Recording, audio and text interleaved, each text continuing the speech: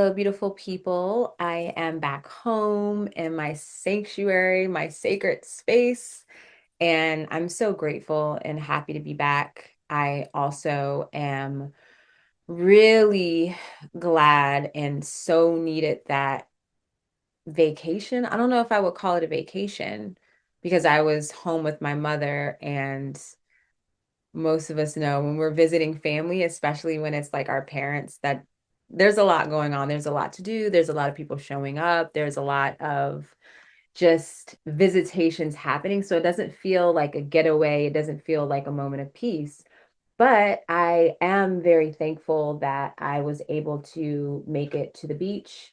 And in my stay, my visit there in Maryland, and I really enjoyed the experience, and everything kind of worked out very synchronistically, effortlessly. Like that whole experience, everything leading up to it and being there and now being home, it in an interesting way felt divinely aligned and divinely orchestrated. Like I'm like, you just can't even make it up that all of this happened during Mercury retrograde in Cancer, Cancer season, then the new moon in Cancer.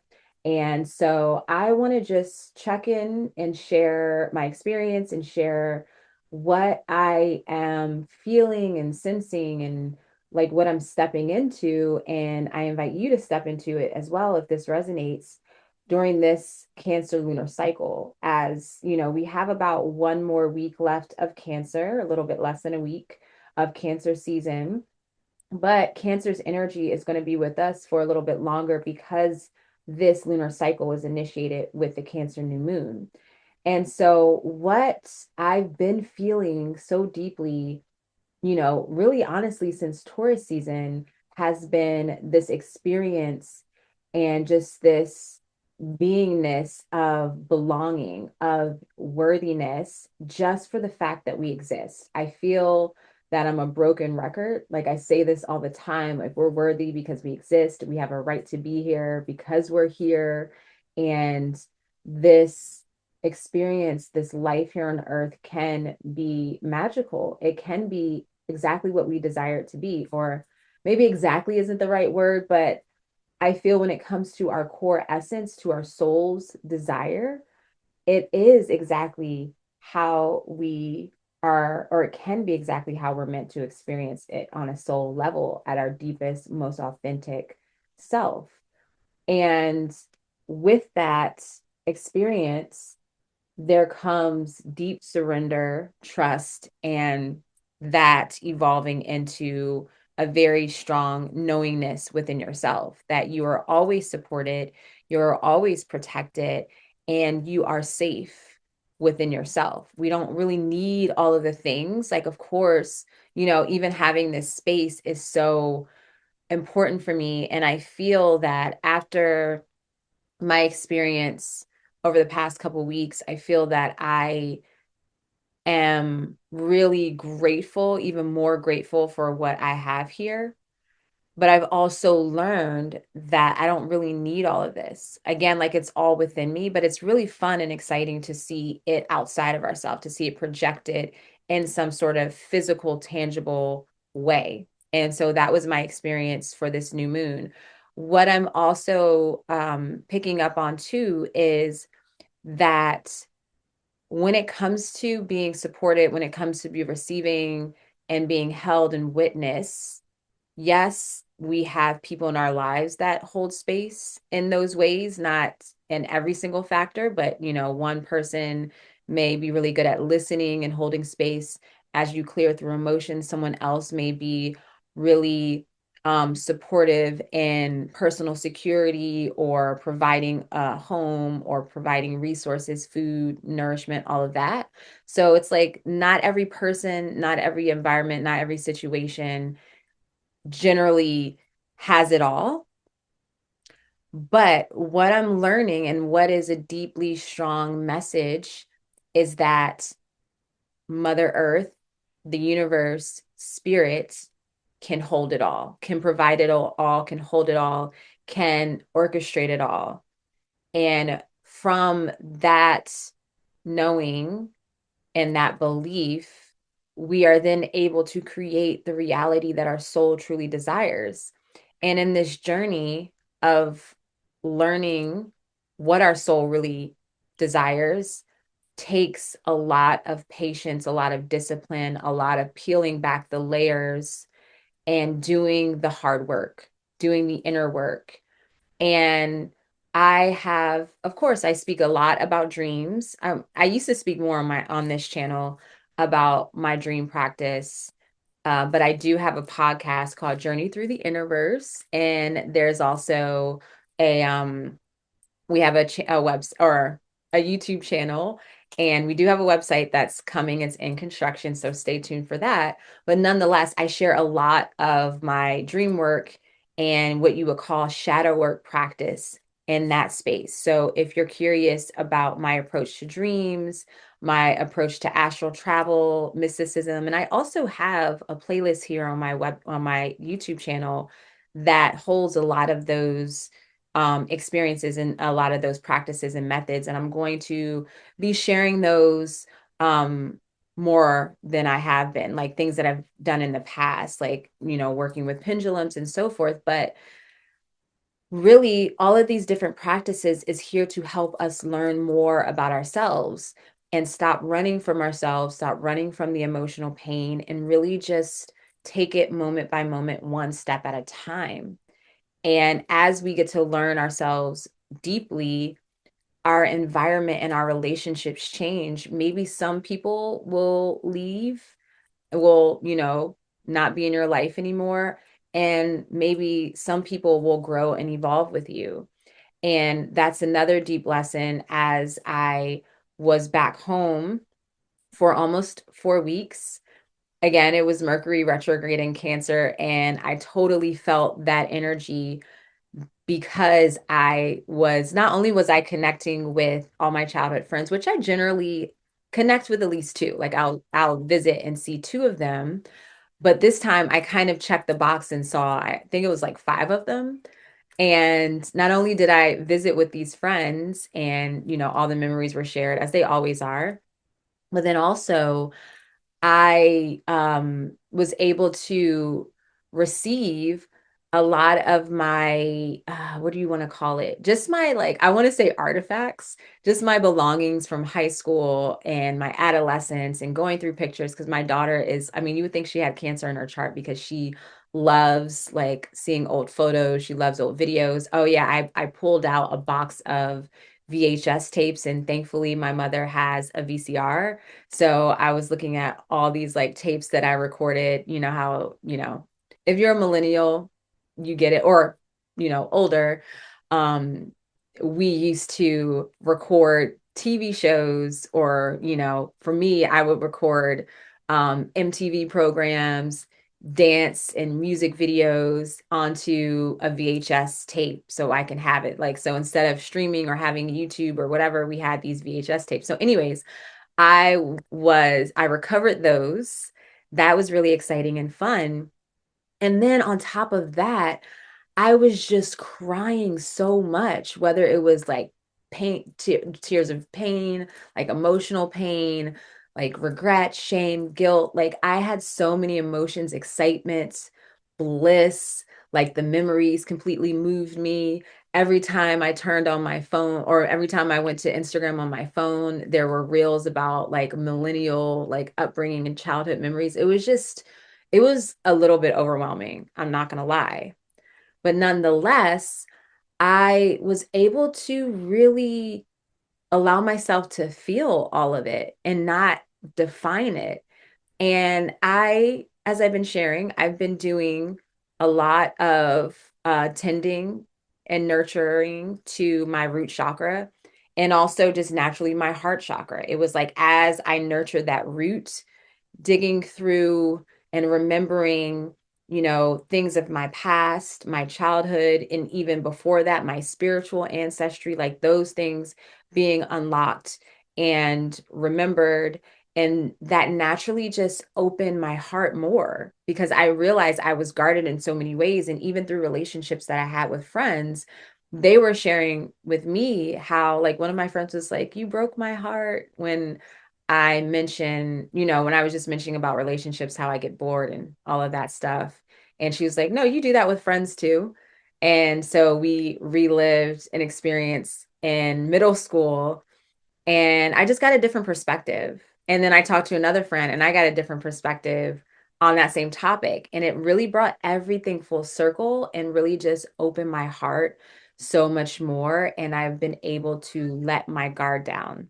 With all that to say, Cancer lunar cycle, the end of the Cancer season as well, moving into Leo season is going to have our hearts wide open.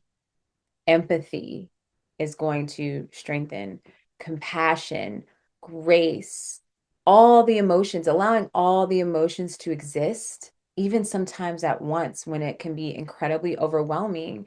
And the greatest challenge in that is just not thinking or rationalizing our way through it, but just feeling it, not making it define anything. And if you feel yourself or experience yourself defining or making it mean something, that's totally okay too, because we're human. We're not perfect.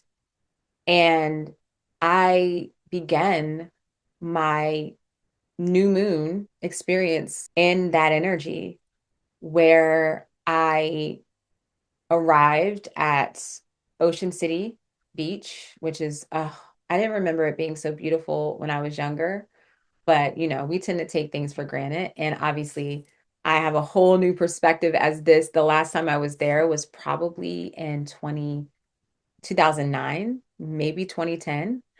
And so a lot has changed. I'm a mother now, and I am fully in this spiritual practice as not only my life, but my profession. It's all integrated into one. And so being there was very disorienting, like literally, when we arrived and walked into our hotel room, which my mother, I love her so much because she's so bougie, and that's where I get it from sometimes. And she, was like, we have to get the king suite and we have to get oceanfront. And it was, I think it was a 11 or 12-story hotel, which I like to do more of the nature style. But there was a part of me where I was like, okay, like I'm open.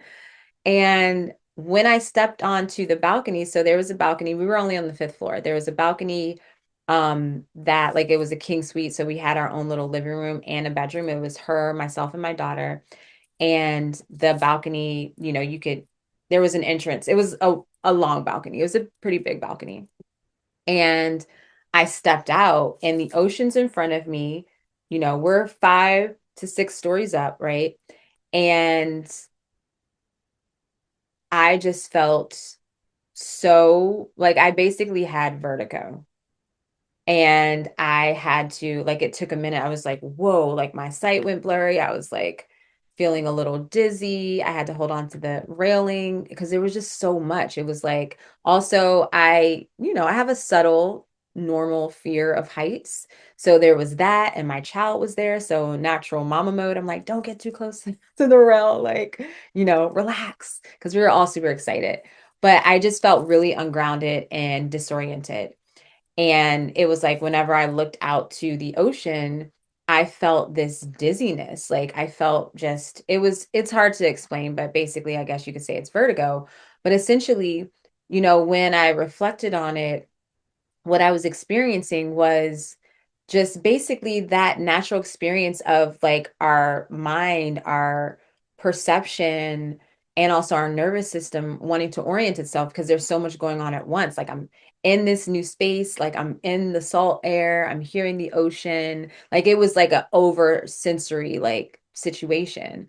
And I step out on the balcony and I'm already elevated. And so that's a little bit unstable initially to the nervous system. And then there's an ocean and the grandness of the ocean. And then the ocean's moving and I can hear it and feel it. And it's just like overstimulated in the best way, but I really felt disoriented.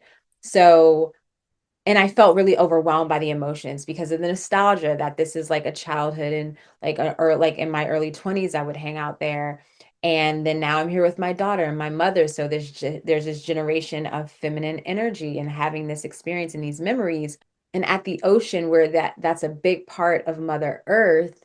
And like we are the blue planet, we're a water planet. And so that in itself was sinking in and integrating. And I was just overwhelmed by emotion and to be able to experience that with my daughter because that was her first time ever on a coastline and being able to connect with the ocean. So she was incredibly excited. And there was just so much. But by the end of the trip, and we were only there for 2 days, so it was a very short trip.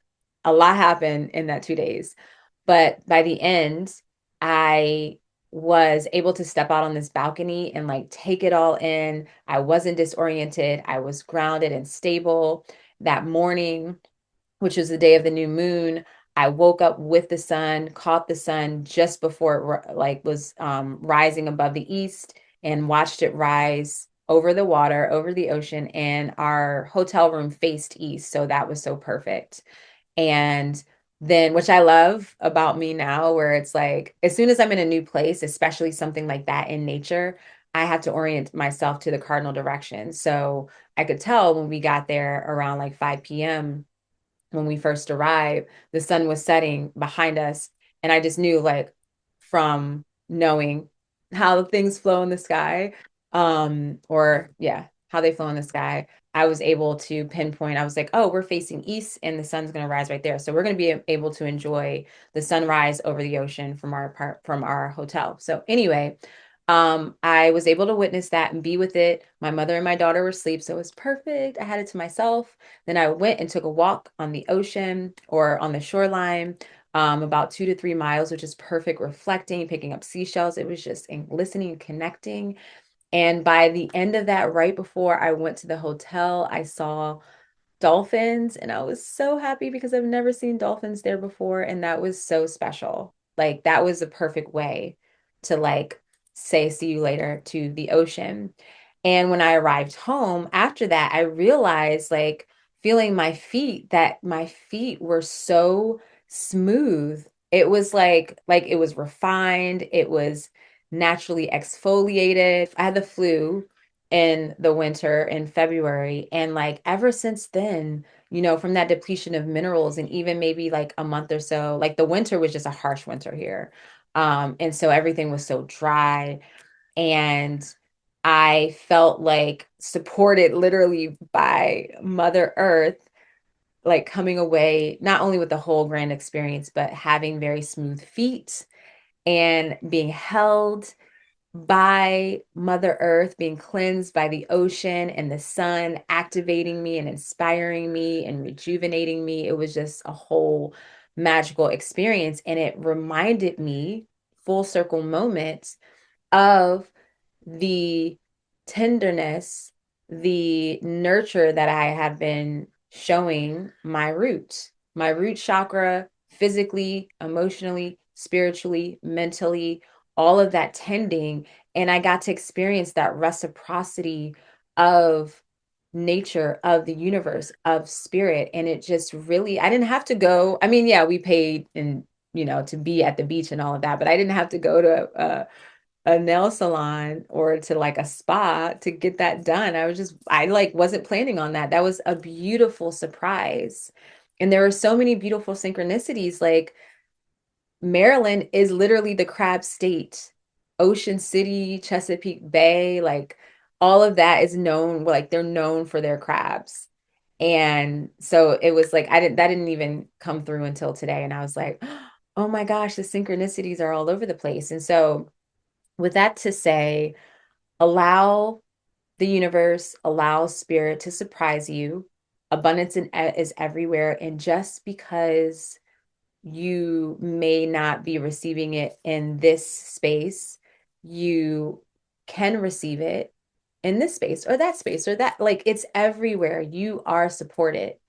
And with Cancer, this Cancer lunar cycle moving into Leo season, we are going to really learn what it means to feel supported, to have an open heart, to have compassion, grace, courage, fearlessness. Like a healthy fear is good, right? But being able to have the courage to just move through it and trust that you will be supported and allow the universe to show you that you are. and that you're worthy as well because you exist. So that's what I have here for you in this video today. I will be sharing more, as you know. And yeah, thank you so much for the love. I've been getting some new subscribers, and I am so grateful that you're here.